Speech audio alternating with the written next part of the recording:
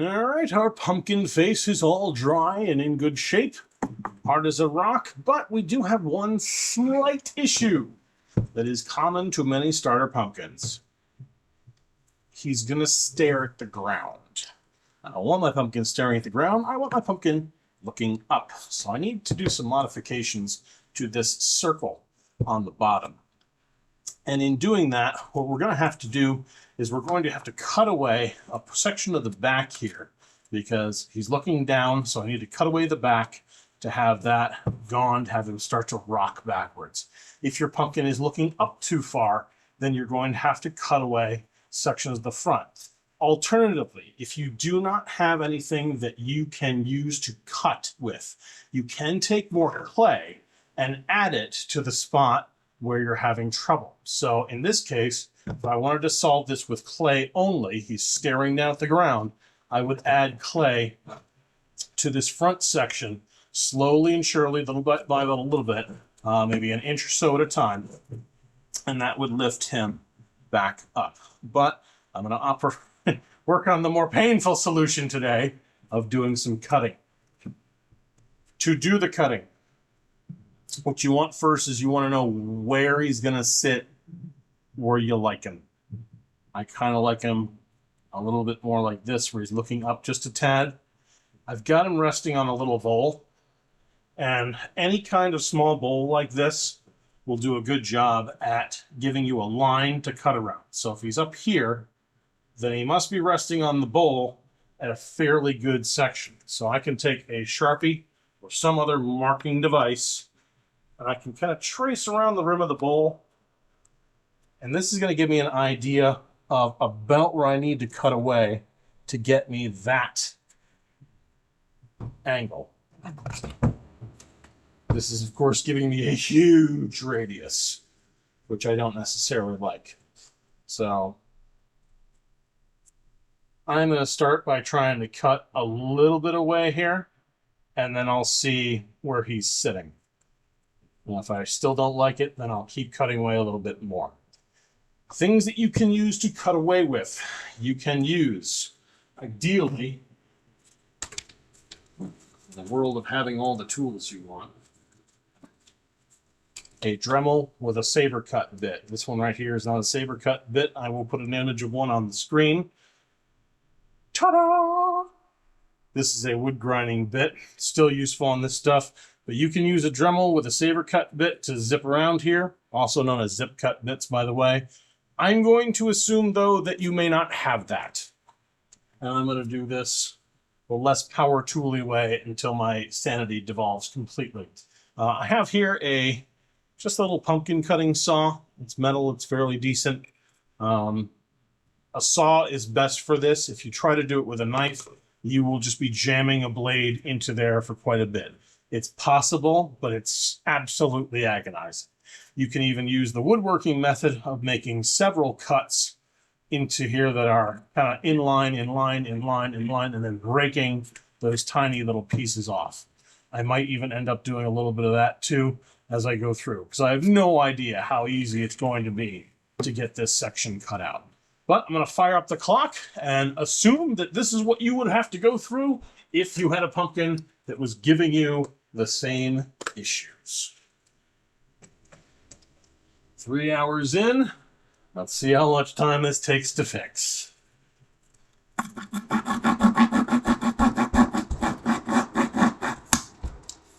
All right, I've broken the saw immediately. Okay. A few moments later. All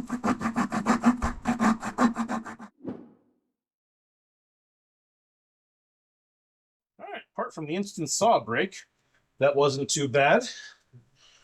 He is looking better, but he's still looking down. So I'm going to have to go for another circuit and probably cut it all the way back to that line I didn't really want to come back to.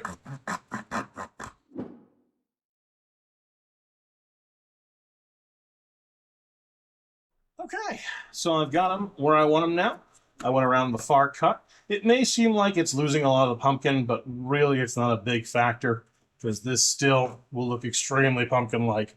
He seems to be rising up on the front, so when we're all set for the stem. I'm going to take a little bit of clay and just try to fill in this section right here and gap it a bit. Fortunately, it's so far down on the pumpkin that I don't really have to worry too much about anybody looking down there to see any faults. Everything that's pumpkin surface is already going to be done so.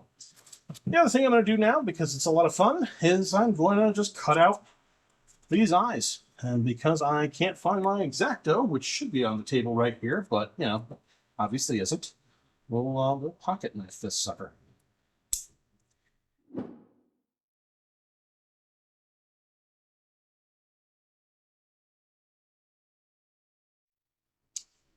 All right, so that's mostly cut out. I'm going to do a little bit more fine work, but there is a point I'd like to bring up. This tooth right here has got a tiny little paper point sticking up behind it. Those can be a little bit of a pain to get out. You can either take a pair of scissors, go in and give them a snip, but maybe you don't have really small scissors. So this method will work. Go in there, give it a cut off. But if you don't have tiny, tiny scissors, you can reach in from behind, pull that paper point down and back away from the tooth. Since it's made of paper clay now, it should be pretty sturdy. But maybe you pull it back about 1.5 inches, or I should say a 1/2 inch, not 1.5 inches, and then just tear it loose from the inside. And now we have no tiny paper point showing up anymore, and it doesn't have to be an issue. Sometimes your teeth will match perfectly to your paper inside. Sometimes it won't. You can do a little extra retooling to get that done, or you can take a tiny little bit of paper clay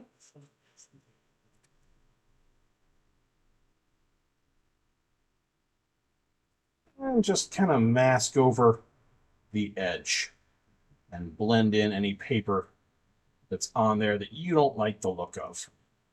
Both are equally good options. There's no real smoothing that needs to be done for this step. You're just masking any protruding paper with just a tiny little daub of paper clay. So right here I had a bit of a paper jump up, and just to demonstrate that method, I threw that on there.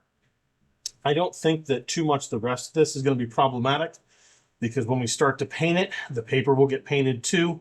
And unless somebody is really looking at your pumpkin with a microscope, they won't notice or care on Halloween night. So don't try to over perfect.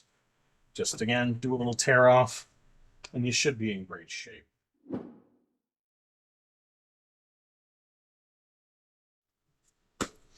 All right, knee is all set and done. Teeth are all in good shape.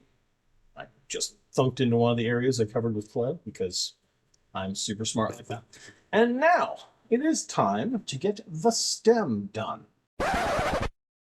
Or at least it would be a good time to get the stem done if it wasn't going to make this video run clear to the 25-minute mark. Instead, we're going to call it here and pick up on the stem in the next video.